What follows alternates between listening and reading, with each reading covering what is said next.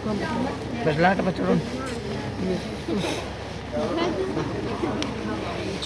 Selain banyak orang membuat rukun nomor 4. إن المنافقين يخادعون الله وهو خادعهم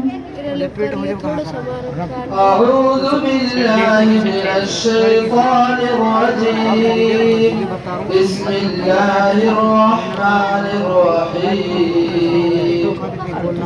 إن المنافقين يخادعون الله وهو خادعهم وإذا قاموا إلى الصلاة قاموا كسالى يراءون الناس ولا يذكرون الله إلا قليلا مذبذبين بين ذلك لا إله هؤلاء ولا إله هؤلاء ومن يضلل الله فلا تجد له سبيلا يا أيها الذين آمنوا لا تتخذوا الكافرين أولياء من دون المؤمنين